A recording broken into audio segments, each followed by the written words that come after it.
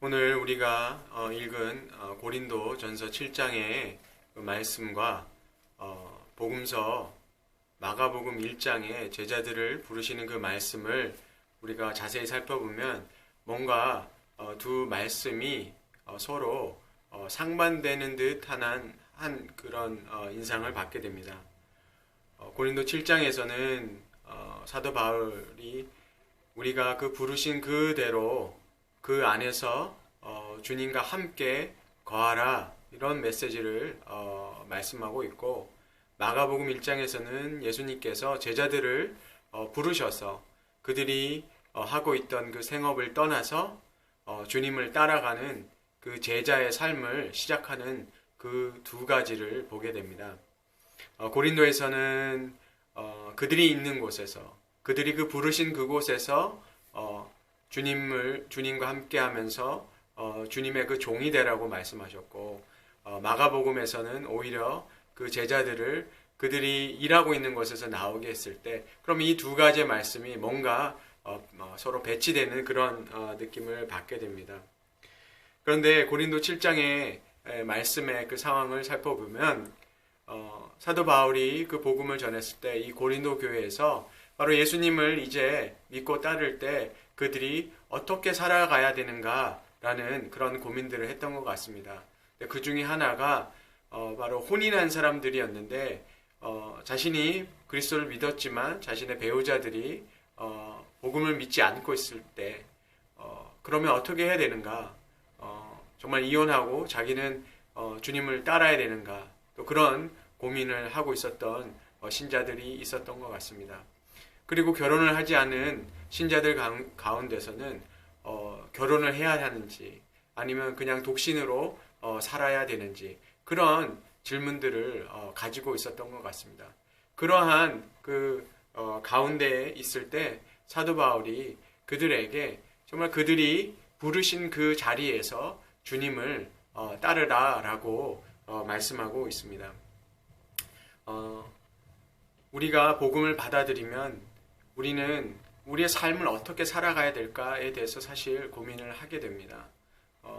우리가 복음을 받았을 때 정말 믿지 않는 그런 배우자와 있을 때 그런 갈등이 있고, 또 한 사람만 그 주님을 믿는 것 때문에 여러 가지 충돌이 있는 것을 보게 됩니다. 제가 아는 그 동역자 중에 한 분은 작고하셨지만 예수를 믿는 것 때문에 이혼을 당한 그런 분이 실제로 있었습니다. 본인이 그 예수를 믿고 그 삶이 바뀌었을 때 그 배우자가 여자분이 과감하게 이혼을 요구하고 내쫓아서 이혼을 했어야만 했던 그런 분의 그 이야기를 들은 적이 있습니다. 그처럼 복음이 우리의 삶을 바꾸고, 그럴 때 우리의 그 가족 간에서 그 갈등이 생기는 그런 모습을 보게 됩니다. 아마 고린도 교회에서도 그런 일들이 있었던 것 같습니다. 믿는 것 때문에 오히려 핍박을 받고, 그 믿음 때문에 그 가족들이 갈등하게 되는 그런 상황들이 있었던 것 같습니다. 그럴 때 사람들이 고민을 하게 됩니다. 주님을 따르기 위해선 어떻게 해야 되는가? 믿지 않는 배우자 때문에 주의 복음을 거절할 수 없고, 그래서 그들이 정말 그 결혼을 이제는 그 이혼을 하고 그 배우자를 떠나보내서 있는 것이 더 나은가, 그런 질문들을 하고 있었던 것 같습니다. 그러나 사도 바울은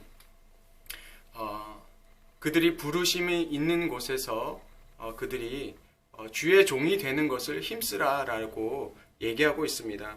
이 중에 그 할례 받은 자들은 그 아무것도 아니요 할례 받지 아니하는 것도 아무것도 아니되 오직 하나님의 계명을 지킬 따름이다, 이렇게 얘기하고 있습니다. 여러분, 이 당시에 그 할례 문제가 얼마나 큰 문제였습니까? 그 복음을 받은 자들은, 특히 유대인인 경우에는 이 할례를 받고 받지 않고가 그들의 신앙에 있어서 큰 논쟁거리였습니다. 근데 사도 바울이 이렇게 얘기합니다. 할례 받는 것도 아무것도 아니고 할례 받지 않는 것도 아무것도 아니다라고 얘기합니다. 정말 중요한 것은 예수 그리스도께서 주신 그 말씀을 따라가는 것이라고 얘기하고 있습니다. 그 할례가 믿는 자, 하나님의 백성이 되는 그 증거라고 그들이 생각했습니다. 이스라엘 사람들에게는 그 할례가 그들이 하나님의 백성이라는 그 징표처럼 여겼던 것입니다. 그런데 그 할례를 살펴보면 그 할례는 하나님께서 이스라엘 백성이 하나님의 그 약속을 받은 백성으로서 그 하나님께서 그 약속하셨다라는 것, 그들을 하나님의 택하신 민족으로 삼았다라는 것을 믿으라는 그 믿음의 증거로서 그들에게 주신 것입니다. 그리고 이스라엘이 그 하나님의 약속을 믿고 하나님께서 그 약속을 반드시 이루시겠다라는 것을 그 이스라엘 백성들이 기억하게 하기 위해서 그들의 몸속에 증표를 남겨주신 것이죠. 그래서 그 할례에 받고 받지 않고의 문제가 아니라 바로 할례는 우리가 하나님을 믿는가 믿지 않는가에 관련된 일이지 그 할례 자체가 중요한 것은 아니었습니다. 그래서 그 복음을 고린도 교인들이 들었을 때 하나님께서 말씀하시는 것은 그 할례 문제에 사로잡히지 말고 할례보다 더 중요한 것은 바로 하나님의 그 약속을 믿고 살아가는 것입니다.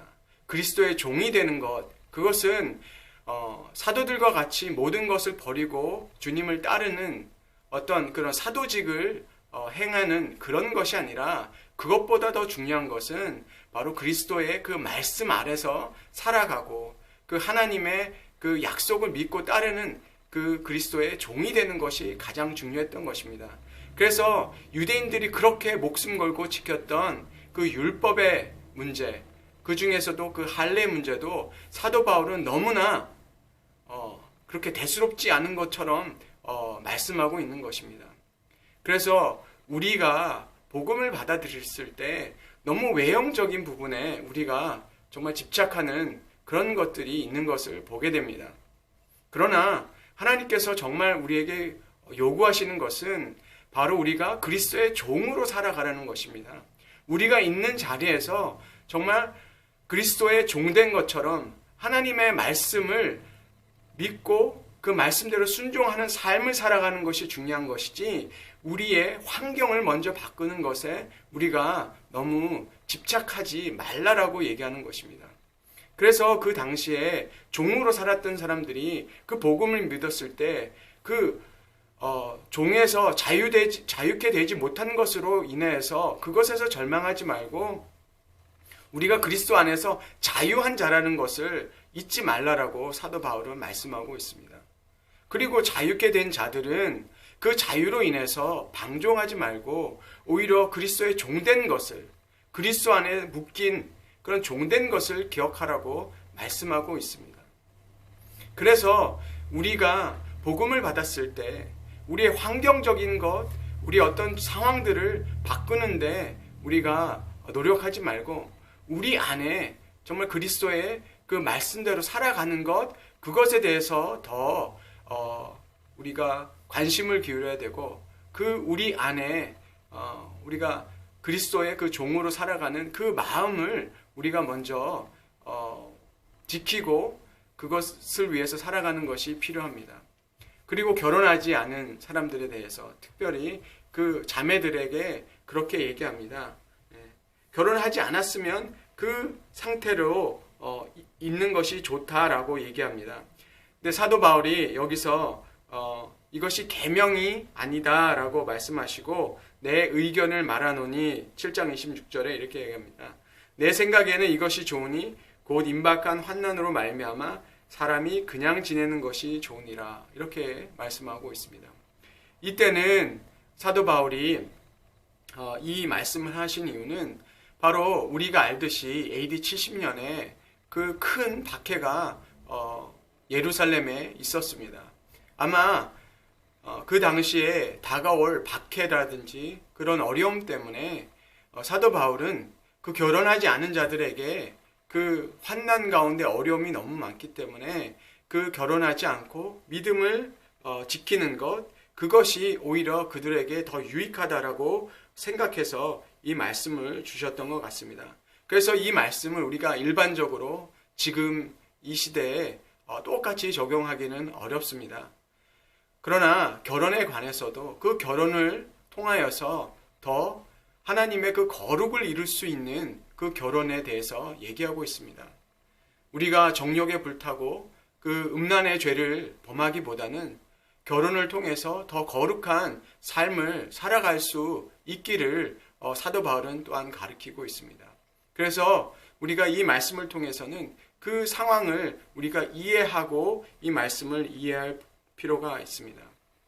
그래서 사도 바울은 무엇보다도 중요한 것이 우리의 환경을 바꾸는 것이나 우리가 그리스도를 따르기 위해서 뭔가 다른 것을 변화시키는 것보다 우리 안에 우리 마음을 바꾸고 우리가 세상을 따라가지 않고 로마서에서 말씀하신 것처럼 우리의 생각을 바꾸고 우리가 우리의 몸을 거룩한 산제사로 주님을 섬기는 일에 우리가 더 집중하기를 원하는 것입니다. 마가복음 1장에서 예수님께서 천국 복음을 증거하시고 제자들을 부르시는 그 장면이 나옵니다. 제가 그 말씀을 오늘 묵상하면서 특별히 그 세리 마태를 부르시는 그 모습에서 제가 많은 은혜를 받았습니다. 주님께서 그 사도들을 부르신 이유가 그들이 뭔가 뛰어나서 그들의 어떤 가지고 있는 어떤 지적인 부분이나 어떤 그들이 가지고 있는 놀라운 영적인 능력이 있어서 하나님께서 그들을 필요로 한 것이 아니라는 것을 제가 알게 되었습니다. 때로는 제 삶에서 주님께서 뭔가 제가 가지고 있는 것을 하나님께서 정말 필요로 하셔서 저에게 그것을 포기하게 하시고 주님을 따르는 그런 사역자로 부르신 줄 제가 생각했던 적이 종종 있습니다. 정말 그런 생각을 할 때 뭔가 내 인생에서 내가 포기했어야만 됐고 내가 뭔가 희생했구나 하는 그런 생각들을 한 적이 솔직히 있었습니다. 그러나 그 주님이 그 제자들을 부르셨을 때, 고기 잡는 그 베드로를 부르셨을 때, 그리고 그 세관에서 세리 업무를 보고 살아가는 그 마태를 보셨을 때 정말 그들의 인생이 정말 불쌍히 여기시는 그런 마음을 보았습니다. 그들의 삶이 그것으로 행복한 삶이 아니라 그들이 정말 주님의 복음이 없이는 그들의 삶이 너무나 불쌍한 삶이었기 때문에 주님께서 그들을 부르셨다라는 것을 깨닫게 되었습니다. 그것이 저를 향한 부르심도 역시 주님께서 주님 없이는 살아갈 수 없는, 주님 없이는 정말 너무나 불쌍한 인생이었기 때문에 주님이 저를 부르셨다는 것에 대해서 저는 깊은 감사를 드릴 수밖에 없었습니다. 그리고 제 마음에 정말 제가 잃어버렸다고 생각했던 시간들, 그리고 제가 포기했던 것들 때문에 제가 후회했던 그런 마음이 참 부끄럽게 여겨졌습니다. 바로 주님께서 우리를 부르신 것은 주님께서 우리에게 긍휼을 베푸신 것이지 우리에게 일방적으로 우리가 가지기 원했던 것을 못 갖게 하시고 그것을 희생을 요구하시는 그런 하나님이 아니라 주님이 우리를 부르심은 우리를 축복하시기 원하심이고 주님이 우리를 부르신 것은 우리를 긍휼히 여기시고 우리를 바로 그 복음 속에서 우리를 자유케 하시고 그리스도의 종으로 정말 하나님 나라를 품고 살아가기를 원하시는 그 정말 축복된 부르심이라는 것을 깨닫게 되었습니다. 여러분의 삶 속에서 지금 주님의 부르심이 무엇인지 기도하고 계신 분이 있습니까? 그런데 우리의 그 기도함 속에서 주님의 부르심이 무엇인지 우리가 기도하는 가운데 혹시 우리 마음에 더 나은 삶, 더 편한 삶, 더 행복한 삶, 그것을 놓고 기도하고 있지는 않나요? 우리의 기도하는 목적, 우리가 주님의 부르심을 구하는 그 목적이 우리가 이 세상에서 더 많은 것을 누리고 더 편안한 삶을 살기 위해서 우리가 그것을 구하고 있다면 우리는 올바른 기도를 하고 있는 것이라고 생각할 수 없습니다. 주님의 부르심을 위해서 우리가 기도한다면 주님께서 우리가 그 복음, 그리스도의 그 복음을 위해서 우리가 어떻게 살아갈 것인가, 우리가 어떤 증인으로 살아갈 것인가에 대해서 우리가 더 깊이 생각해 보았으면 좋겠습니다. 우리가 그 천국 복음을 받았을 때 우리는 바로 하나님께서 바로 하늘나라가 가까이 왔다라고 얘기하고 있습니다. 여러분, 그것이 바로 우리에게 그 종말이 가까워 왔다라고 얘기하는 것입니다. 사도 바울이 그 결혼에 대해서 결혼하지 않은 그 독신들을 향해서 정말 결혼하지 않고 주를 섬기는 것이 오히려 더 낫겠다라고 했던 것은 바로 주의 날이 멀지 않았다라고 생각했기 때문입니다. 그러나 그것은 비단 어떤 환난이 다가오는 그런 특별한 때만을 위해서가 아니라 우리 모두의 삶에 다 똑같이 적용되는 것이라고 저는 믿습니다. 우리 인생이 80이요 길면 100살이라고 생각합니다. 그런데 우리의 그 삶들이 얼마나 짧은 인생입니까? 그렇기 때문에 우리는 사실 우리 모두는 다 종말을 살아가고 있습니다. 그 종말, 우리가 주님의 나라를 바라보면서 이 마지막 때를 우리 인생에 주어진 그 시간 안에서 우리는 이미 종말을 살아가고 있는 인생들인 것을 보게 됩니다. 그래서 우리를 부르신 그 부르심은 하나님의 자녀가 되는 부르심이기 때문에 이 부르심 속에서 우리가 어떻게 살아가야 될지, 정말 주를 위해서, 주의 그 뜻을 위해서 우리가 어떻게 살아가야 될지를 정말 생각할 때 그것을 생각해야지 우리가 이 땅에서 다른 어떤 그 풍요로움을 추구하는 그런 삶을 위해서 우리가 구하는 그런 삶을 살아서는 안 되겠습니다. 우리가 있는 곳에서 정말 주의 종이 되기를 축원합니다. 여러분, 우리의 그 가정 속에서 정말 가족들을 정말 섬기는 그런 마음으로 우리가 살았으면 좋겠습니다.